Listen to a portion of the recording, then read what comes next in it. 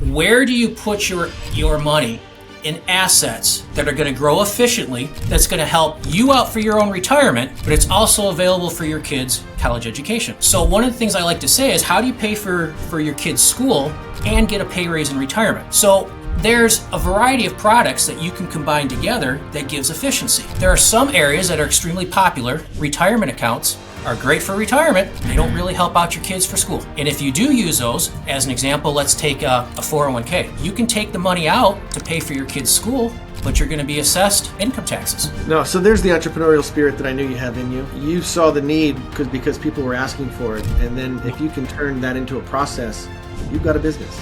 Oh, yeah. Because you can solve it. Those questions have solutions, and they're all based on opinions until you can prove the science behind it. And there's science behind financial decisions. Oh, absolutely. Every decision you make has either a positive effect or a ripple effect. Yeah, there's no in between. It's either going to help you or it's going to hurt you. What's up, everybody, and welcome to another episode of Cash Flow Conversations. Today I have an old friend with me, Brian Eyster, a financial guy out of Detroit, Michigan, Detroit area. Brian, I've known you for a decade now, man. It's good to have you on here. Good. It's thanks for having me. Good to see you again. It's always fun catching up with you. I think it's going to be a real cool conversation. Yeah. So today we're going to talk about, just so everybody knows, the idea of the podcast. We have entrepreneurs on here talking about how they went from W-2 to 1099. Brian started his career as a 1099, basically out of college in the financial planning world. And now he focuses on helping parents put kids through college. So today's conversation is going to be a lot about how to recapture the costs of going to college, how to not offset your retirement by sending your kids to school, and just learning the tricks that exist. It's hard to play chess when you don't know the rules. It's hard to send your kids to college when you don't understand what your options are. So we'll talk about all that stuff. So Brian, after you graduated from the prestigious college of Michigan State University, go Green, go White. What brought you into the financial world? How come you got involved with that? So when I originally started at Michigan State, I was really undeclared. Didn't know, you're 17, 18, didn't know what I wanted to do. After a couple of starts and stops with majors, I decided that I really liked finance. But in the finance world, you really have two main areas. You have like the corporate finance, the Wall Street, your Morgan Stanleys, your New York City. And then you have personal finance. And I just gravitated more towards personal finance. I liked the challenges, solving more of a puzzle, coming up with some neat solutions. So that's how I ended up. Interviewed with several financial planning firms in the Metro Detroit area, landed on one that I liked, and 25 years later, here I am. 25 years, just getting started.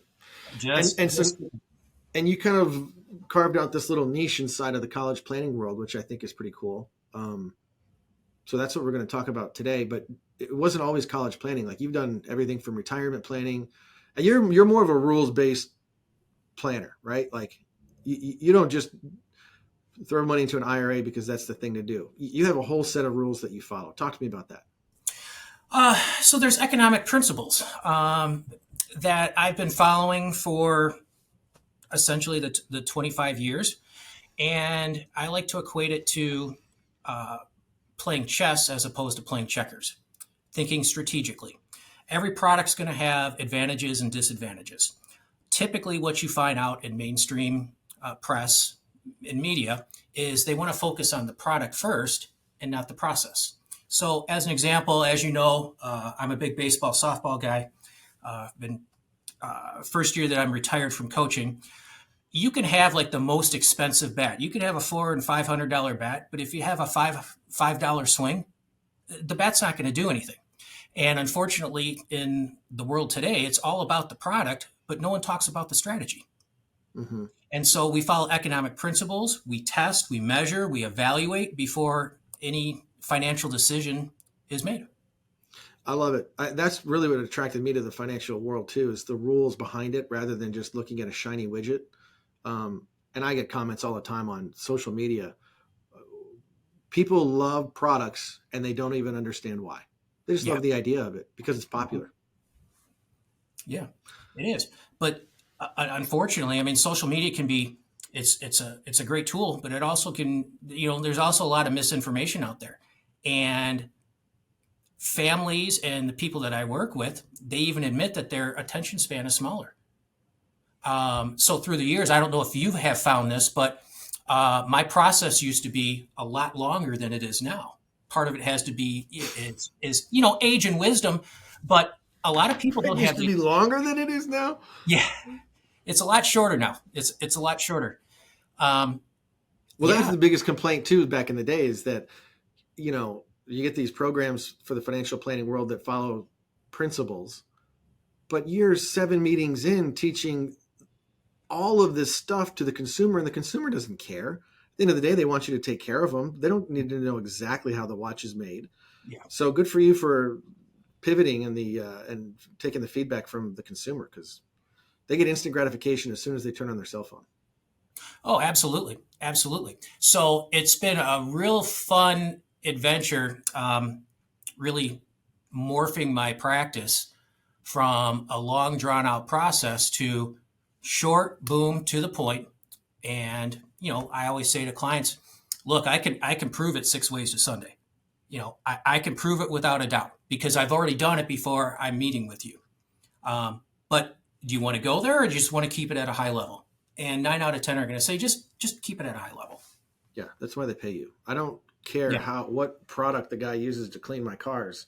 I want the car clean. Yeah.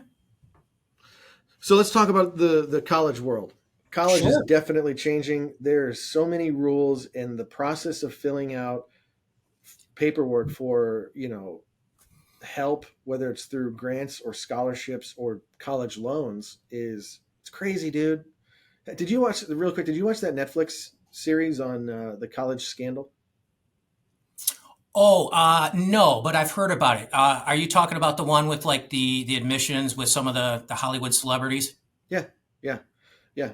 And this is I haven't seen it yet either. But what I do like about what they did is that they realized college is not about what you learn in school; it's about who you sit next to. Yeah, So they wanted these Hollywood elites wanted their kids to go to college and sit next to other wealthy kids that have connections in high places. exactly. So how do we get our kids in those positions? So let's talk about that. College planning 101, man. Let's dive in. Gotcha. So let's keep this at a high level. Obviously, there's a lot of nuances in this. Keep it in general terms. So there's several stages. There is when someone's like a freshman, sophomore, you're kind of figuring out what do you like, uh, what are your interests. You can do so, like the PSAT, which is kind of like a trial run before the SAT. Um, You're talking in high school? yes, in high Yeah. school. There's some middle schoolers that even do it as well. Ideally, like eighth, ninth grade. Um, I have a relationship with another firm. I don't personally get involved in that. SAT, ACT testing, PSAT. It's very important, which we'll get to, and I'll circle around later. But it's just not my passion, and I rather partner up with someone where they really love and enjoy that. Then you get to junior year, you're touring your schools, you're taking your SATs, your ACTs. Then senior year in the fall, the uh, awards come out, XYZ University, ABC, they're all accepting you. And then that's when the parents start to say, oh boy, this just got real. Um, what am I going to do?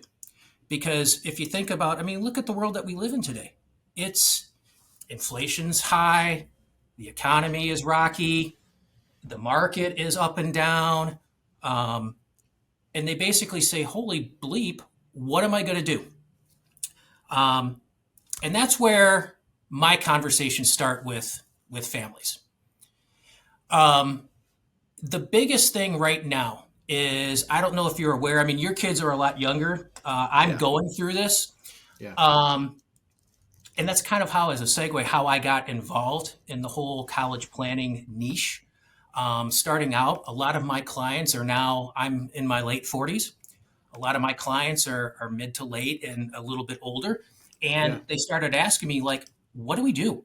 I can't make heads or tails. And you know my background. You know I love detail. You know I'm analytical. I'm the guy that reads, the instruction manual.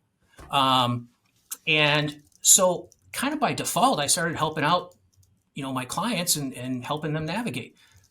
Right now, it's the biggest mess that I've seen in years because of all of the changes by the Secure Act for FAFSA. FAFSA is the form that families complete if they're going to a public university to determine what your personal expected contribution is for your kid's school. And that's easy, right? Of course it is. You know, it's well, of course, when the government comes in and they want to help you out, it's always for the better. Mm-hmm. Mm-hmm. So the biggest challenge right now that families are going through is that what typically happens is that you pick a school in the fall of your senior year, and then you typically have to get your FAFSA for public universities. There's an alternate one called CSS, which is for private universities. And there's a lot of differences between the two. But right now with the FAFSA, they typically you can start filling out the FAFSA in October. It got delayed until 12/31 of last year, and it was a soft launch. People are still like, I can't get in. I try to get in, I get kicked out. Like it's very akin to, remember all of the hiccups when Obamacare was rolled out? Oh yeah, and they spent $1 billion on the website. It's deja vu all over again. Just as it's not health insurance. So the parents are having a hard time getting in and filling out the forms for college aid. Yeah, yeah. So what is happening is that typically you fill out your FAFSA and you send it to, let's just use some local schools. My daughter's at Grand Valley State over on the west side of Michigan. So let's say that you're looking at Grand Valley, you're looking at Michigan, you're looking at Michigan State. Well, each of them are going to look at your personal info, look at what's you're expected to come up with, which is known as the EFC, and then they come back with an offer. Well, what if all three schools have the same major? They're all equal in terms of the value that they can provide the student. But what if this one is here, this one's here, and this one's here in terms of what they're offering? Well, you're going to go with the school that's going to offer you the most free money, right? Yeah. But parents don't know right now. They're having the hardest time trying to make a decision because the schools are like, well, typically we will let you know in, you got to fill it out by March 1st. We'll let you know in March. There's some right now that are like, we'll let you know in April or May. So it's putting a lot of people in limbo right now. So FAFSA was a pain in the butt. So parents don't have an idea of how much they're going to get. Right. Okay, so that makes the process suck for the parent. And then the kids are going to have an opinion. It's not like the kids want to go to one school because of the payment might be less or the help might be more to the parents. Kids are going to want to go to school for where their friends are going. Yes. So how do you navigate all this? So as an advisor, how do you help parents navigate all this? It's an excellent question. I'm glad you brought this up. I will talk to them and show real life examples of two schools with the same sort of degree. This one offers more money than this one. So this one is going to save the parents more money. But I'm like, it's an emotional decision for parents and kids. You see a lot where kids want to go to their parents' university, kind of a pride thing, or they want to go where their friends are. And I just tell them, look, I just want you to know what your options are. you're going to pick what you're going to pick. I'm not here to sway you one way or the other. What's going to happen is that I will then show you the most efficient way to pay for school, regardless of the university. So, as an example, my oldest could have chosen a couple other schools that would have offered more money, helped out more, but she was dead set on going to Grand Valley. And hey, I'm a human being just like anyone else. And I'm like, okay, if that's where you want to go, that's where you want to go. And all right, here's how we're going to pay for it. So yeah, it's really tough right now for these current seniors. They're graduating. There's everything going on the last semester of their year. They don't know where they are choosing yet. The parents are freaking out. It's just a very uncertain time. Most parents, I help them determine what their expected family contribution is. So let me give you a quick example so everyone understands, because most people don't know some of the terminology or the acronym. Let's say that there's a university that costs $60,000 a year. Okay, let's say it's a private school that's $60,000. When you are completing the FAFSA, and I have software and tools that essentially let parents play what if before they fill it out for real. Yes, it's huge. You can play what if. It allows you to test and measure and play what if before you do it for real. And so it's a calculation that the government says not what is really affordable for you, but what they think that you can pay. And it's ridiculous. And there's some changes which we'll get into in a bit.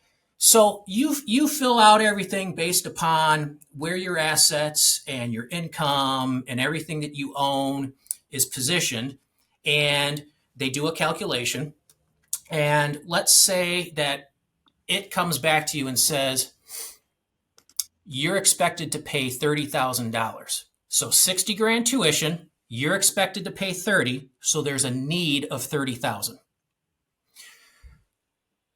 The goal when I work with my clients is we're trying to get that EFC that was 30 as low as possible. You're going to ask, how do you do that? That's where using tools and playing what if, you can strategically reposition assets where it doesn't negatively impact this calculation. There's certain asset classes, in fact, there's about 5 when it comes to the FAFSA, that if you position money there, you are legally sheltering it from the calculation. So it's as if you never had the money at all. It's fabulous. And so my goal in working with clients is to show them how they can ethically, legally, morally, following the actual tax code from the IRS website, how to shift assets to improve their chances for more either need-based aid or merit-based aid, in which then that saves them money that they can use either to help out with other expenses in college or to ultimately build wealth to help offset if there was student loans or any other costs associated with the school. So I always like to say, Matt, when I'm working with the clients, it starts with the FAFSA or with private schools, the CSS profile, knowing how those forms work, knowing the ins and outs, testing it beforehand. Then the clients go and actually fill out the forms for real. Then what happens is it comes to, unless you're on like a full academic or athletic scholarship, every family, I'm going to say 8 out of 10 that I work with, they're going to have to come to the table with some money out of their own pocket. Now we start talking about where is the most efficient places out of your own personal finances to pay for school. So the two main um, factors that confuse parents is, how do I fill out these forms correctly? How do I maximize my kids' chances for financial aid, whether it be need based or whether it be merit based? Is it financial aid considered grants or loans? Um, Both. So grants would be considered need based. So like a Pell Grant, um, uh, the other one that you mentioned would be considered need based aid. There's income qualifications. You got to be below that threshold in order to qualify. That's need based. Merit based is, as an example, um, with where our family's income is, using my oldest as an example, um, she didn't qualify much for need based aid.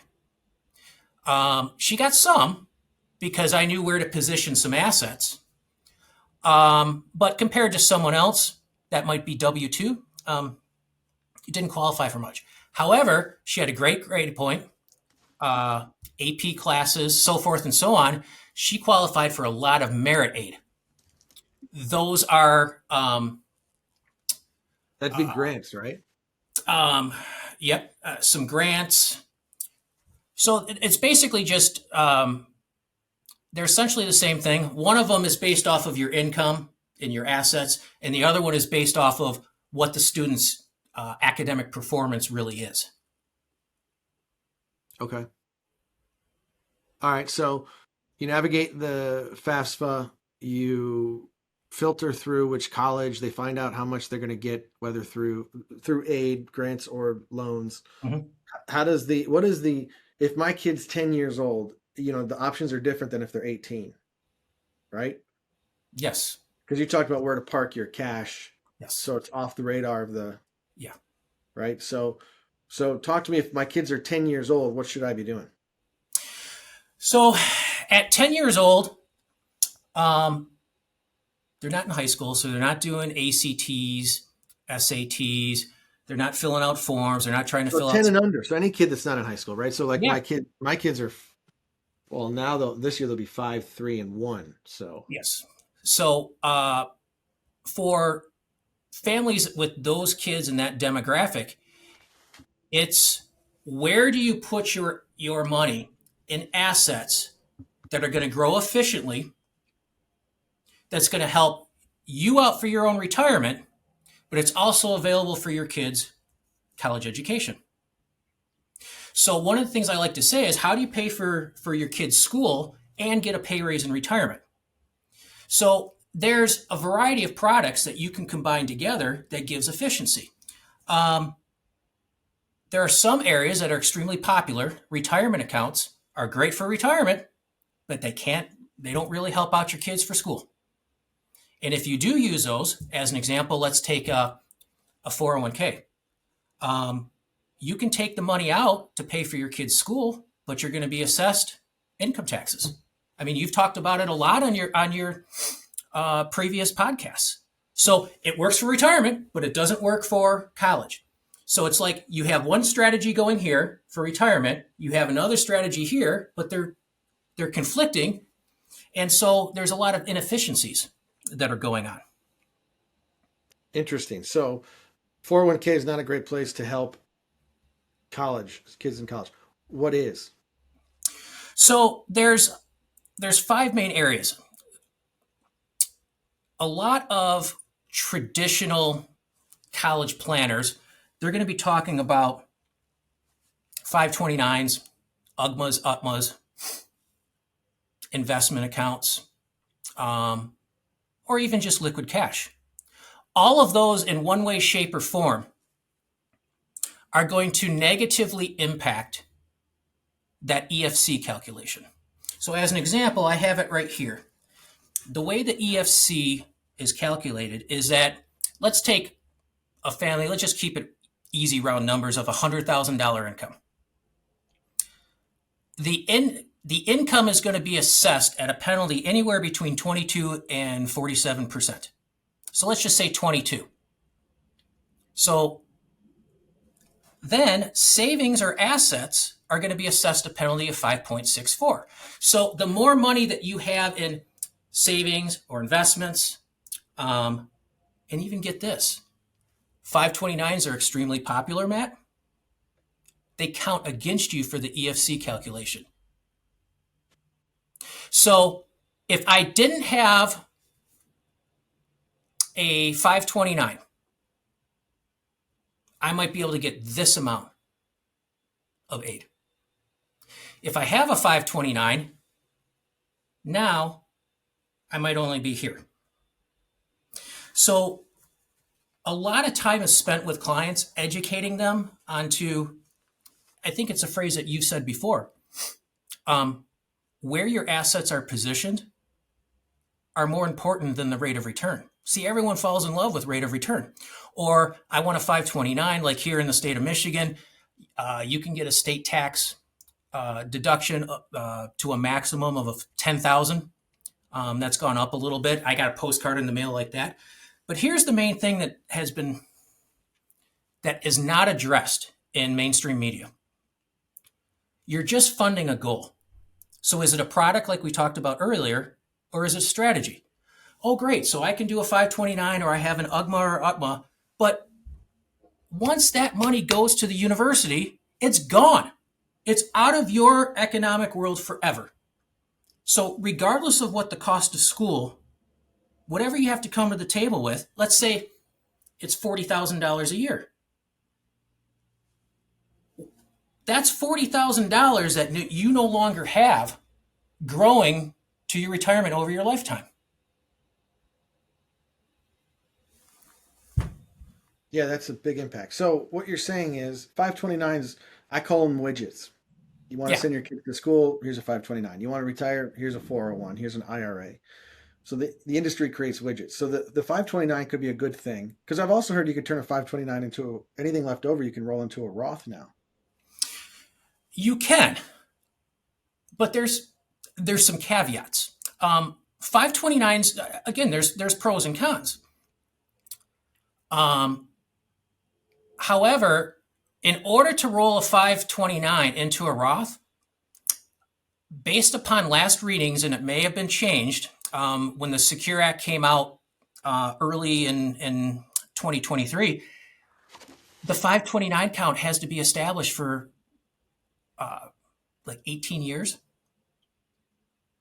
15 years, 12 years, something like that. So if you established a 529 in 2022, your kid graduates 6 years from now, and you have money left over in your 529, you can't put it into the Roth because the Roth was never, or I'm sorry, since the Roth wasn't,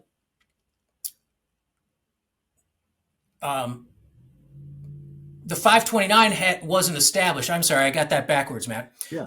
The 529 had to have been established for a certain period of time in order to be eligible to convert it to the Roth. Yeah. And if it's not long enough, you can't do it. So even if you can turn it into the Roth, what the main point that you're making too is that the money's gone forever. Yeah. So think about it. When banks lend money, when banks do financial transactions, are they lending their own money? No, they're using our money, you know? And what the 529 teaches you to do is the same thing the 401 teaches you to do, which is use your own money. Yes. Which has been proven for decades, centuries, that that's the least efficient way to do it. So when you spend your money on a 529, that account is earmarked to be going to zero. We know that it's going to go to zero. Yeah. So it's not a bad thing for grandma and grandpa to set up. It's a way for them to help and contribute. Cool, but it's going to go against you for any aid that they could get. So what do you do? Again, what's the solution? And what can we do if knowing that the pros and cons of all of these things? So there's really 5 main areas where you can position assets that help you to maximize the ability to get financial aid, and it doesn't negatively impact your own retirement. In no particular order, yes, you can have money in qualified plans, your IRAs, your 401ks, your 403bs. Those don't count against you on your FAFSA calculation. So that's a good thing. But there's penalties if you want to use it for college. So that's a bad thing. One of the changes in the FAFSA rules this year is in the past, if you were maximizing your retirement plan contribution, you were penalized on the financial aid calculation. Now you're not penalized. So that's a good thing. Annuities, non-qualified and qualified annuities. You can position money into those products. However, it has to be the right fit. And that's a very popular strategy these days, and it's overused and it can be financially damaging. Here's the reason why. Yes. Let's say that I have money in, let's say, just some sort of index mutual fund. I have $100,000 in an index mutual fund. We know that there's capital gains tax rates. Capital gains tax rates are less than federal income tax rates, right? Warren Buffett. Yes. Warren Buffett, Elon Musk, all these people that are making gazillions of dollars because they're taking a very low income and they're living off of income from their assets, which is taxed more favorably. So annuities are taxed as income. Ordinary income. So you're going from preferential capital gains treatment to ordinary income tax.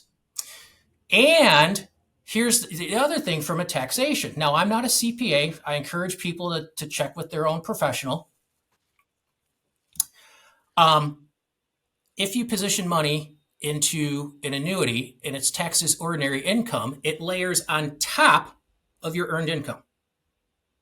So if you are, let's say, in a 25% tax bracket, there's some sort of max income where if you exceed that, you move up to the next income tax bracket.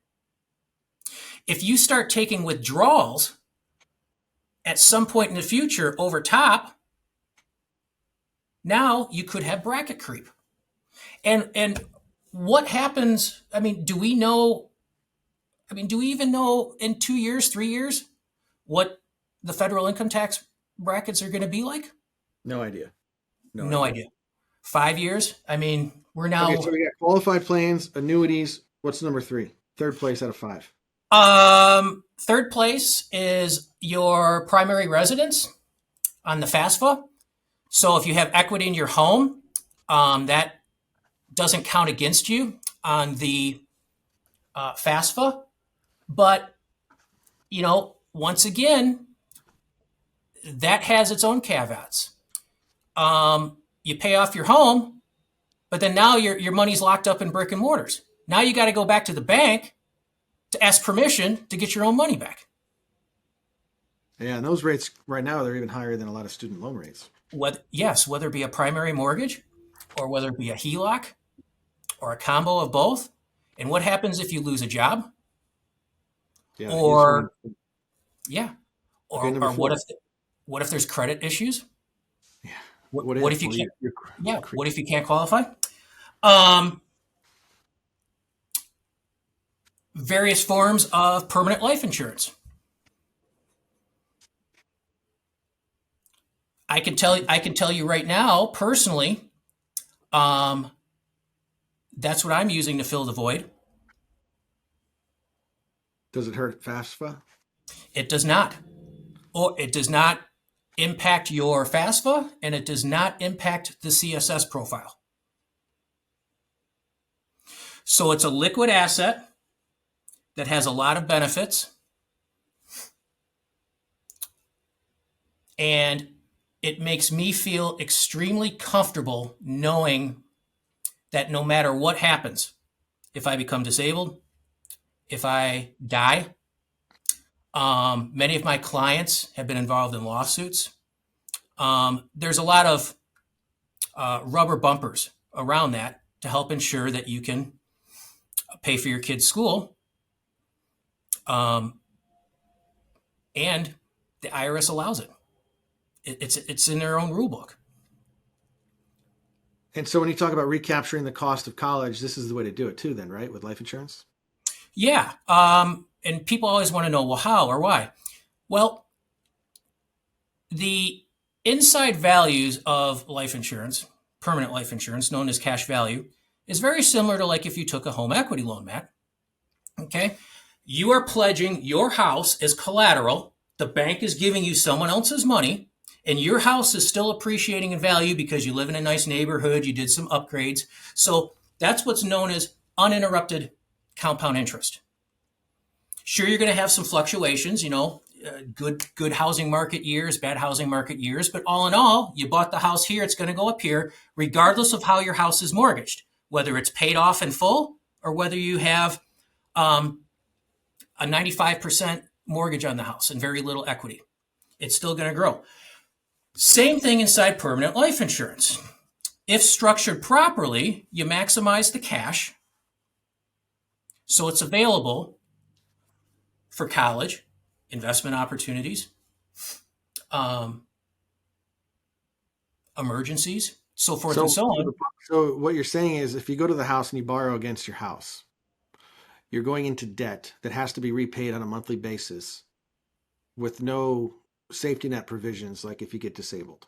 And if something happens to you, you leave your family with more debt because you've just taken a paid off asset and leveraged it. If you use life insurance the right way, life insurance continues to grow even though the money's outstanding.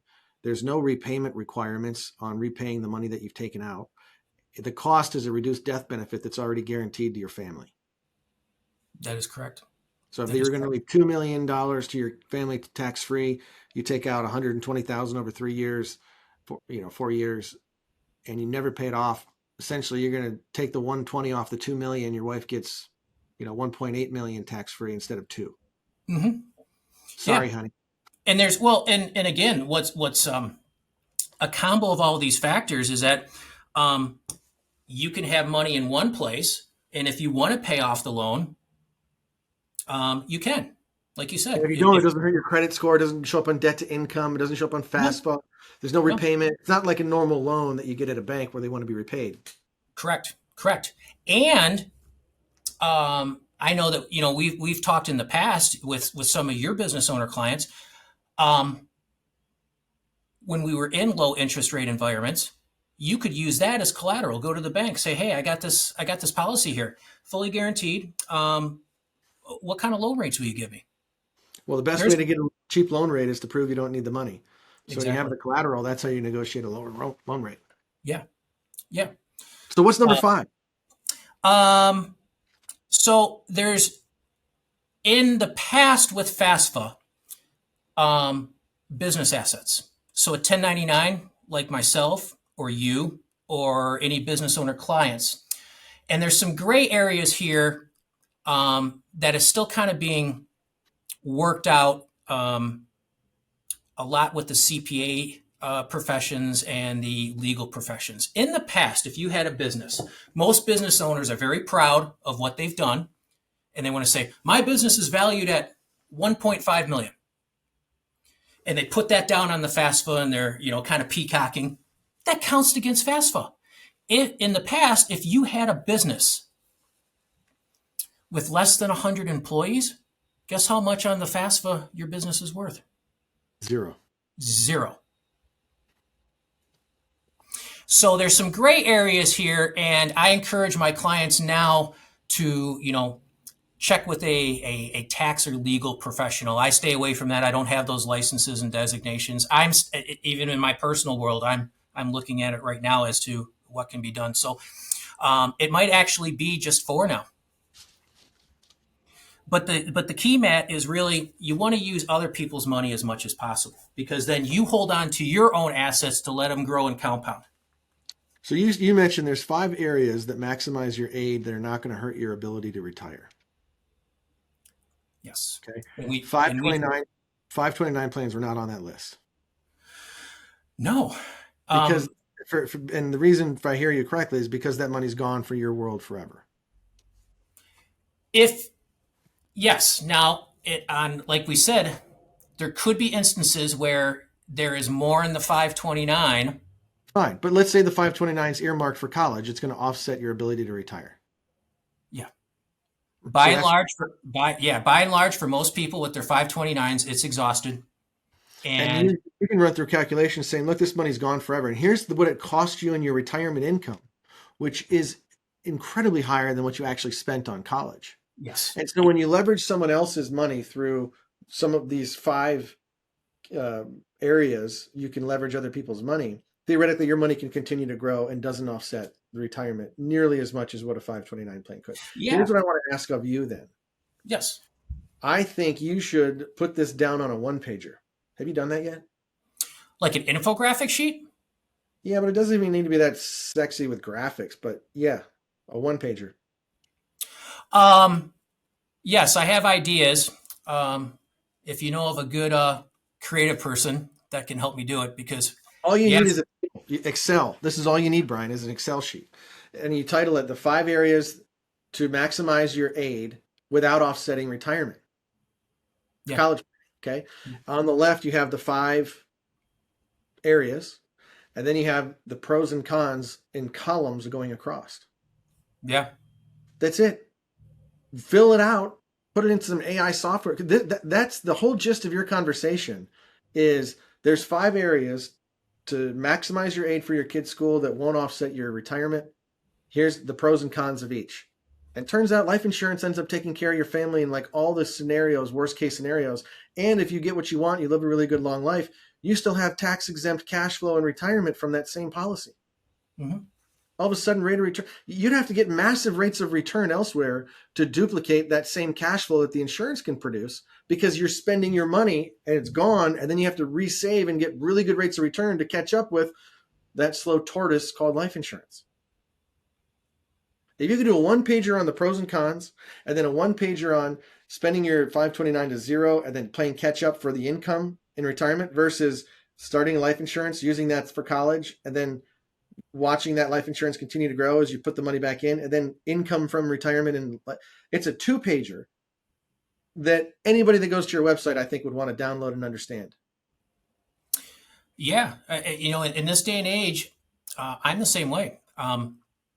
People want as much information as possible, especially in areas that they know nothing about ahead of time to kind of get some baseline knowledge because when they come in and they don't know anything, they're Well, scared. this whole podcast at the beginning is you were prepping the idea of here's what people are their problem.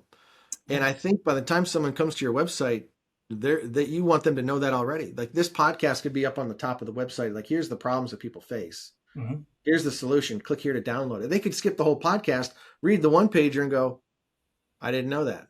Go to the Yeah. second page and go, "Here's the example." Holy smokes! There's how the numbers work out for a healthy 45-year-old or 40-year-old, whatever it might be.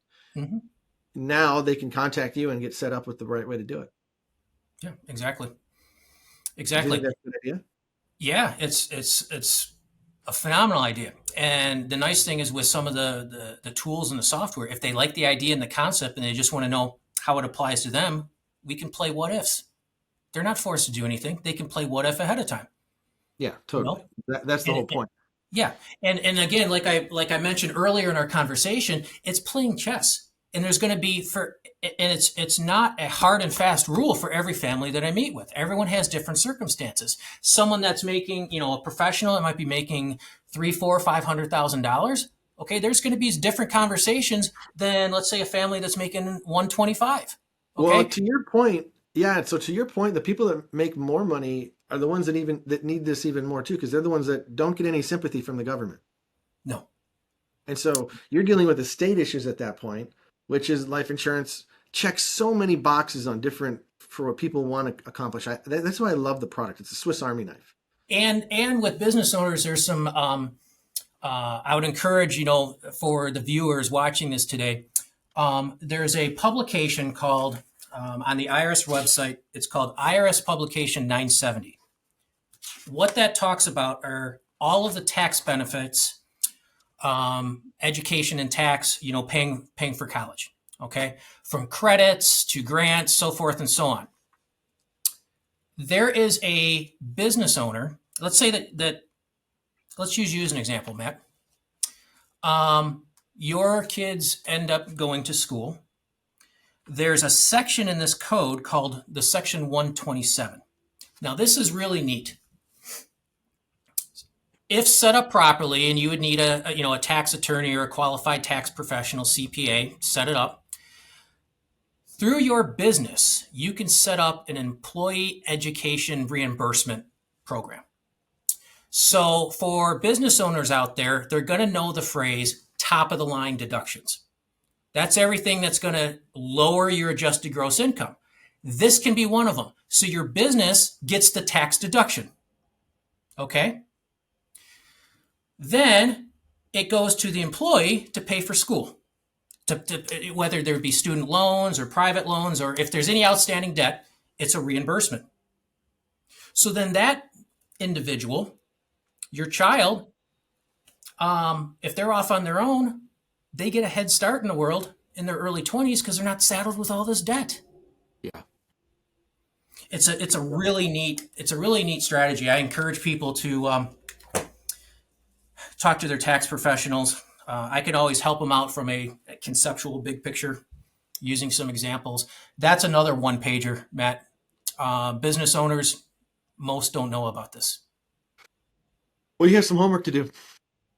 Absolutely. All of the things that we learn, we keep for one-on-one conversations. And I think it's a massive mistake. Because 20 years ago, you couldn't do a podcast. You couldn't have, you might have a website, but, with the rules, you weren't allowed to say much. If people wanted to learn, there is so many options for them online just to start searching around.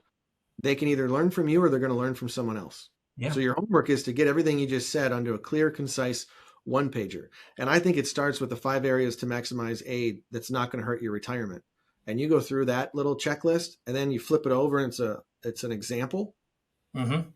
Why would someone not want to reach out and say, hey, can I qualify for this? What does it look like? And then you run through the scenario on their own. Yeah, absolutely.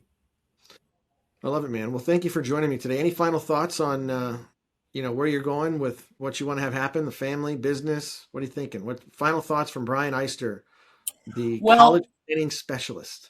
I am this niche is growing. It's not replacing my traditional, financial planning practice. This is just in addition. It's going to be a little bit more structured. I've been doing this already. Pretty soon here, I do have my company's name is going to be College Planning Solutions LLC. So the web address, the website is not launched yet. It's going through the final phases, but it's going to be collegeplanningsolutionsllc.com, and that's going to be all things college. And then my firm that I work for traditional financial planning is Lifetime Financial Growth, and that is lfgco.com. What's going to happen up in this year in 2024? I'm extremely excited. I'm fully retired from coaching baseball or softball. I'm just a parent now. I've done my job. It's going to be hard sitting on the sidelines all the time, but You'll be okay. it's allowed me here now to start working on these sort of things. And it's funny, this actually came about when I was at my oldest daughter's softball game. I like to sit out by myself in right field. I just want to watch the game. And lo and behold, people would start coming up to me. They knew I was in the personal financial, planning world. What are you doing, Brian, for college? And we just kind of have, it's a fence talk. We're just talking like this and this. And all of a sudden, hey, can we come in? Can we talk? I'd like to learn more. Very easygoing. And several parents are like, you got to bring this to the masses. We've heard bits and pieces when we go to college planning night at the school, but not nearly in this sort of detail. No, so there's the entrepreneurial spirit that I knew you have in you. You saw the need because people were asking for it, and then if you can turn that into a process, you've got a business Oh yeah, because you can solve it. yeah, Those questions have solutions, and they're all based on opinions until you can prove the science behind it. yeah. And there's science behind financial decisions. Oh, absolutely. Every decision you make has either a positive effect or a ripple effect.